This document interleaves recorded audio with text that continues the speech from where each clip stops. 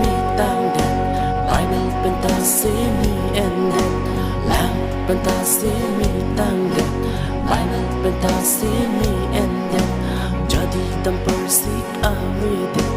Kali kalang chip lang tu det Chok pusi chi pu po ma Itum a Christian keman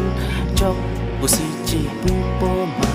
Itum a Christian keman Benangan na Christian ang mandet Chumi chulo ta chu tu det Glem no glem na ta glem tu det Kimi upon ma ta thi det Aram upon kiri re det Benangan na Christian ang mandet Jong jong hita nang glem det Kimi kahino nang glem et Kajong upon ma ta thi det Chok pusi chi pu po ma Itum a Christian keman Chok pusi chi pu po ma Itum a Christian keman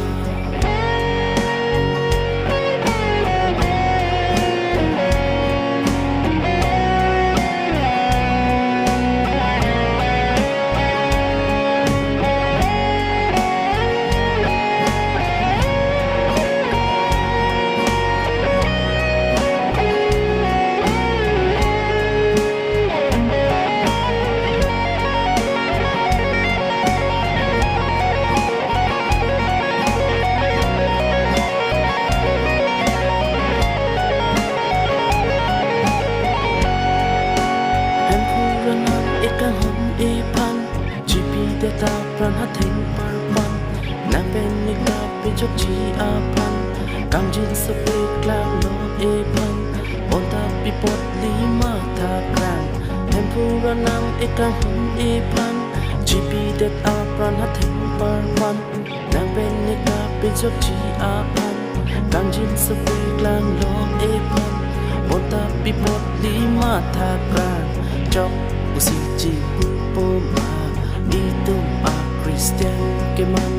Chok pusi chi pu po ma Itum a Christian keman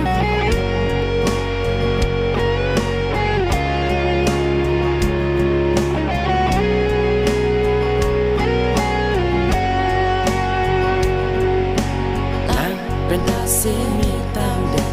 Bible pen ta si mi en det Lang pen ta si mi tang det Bible pen ta si mi en det Jadi tam persik awi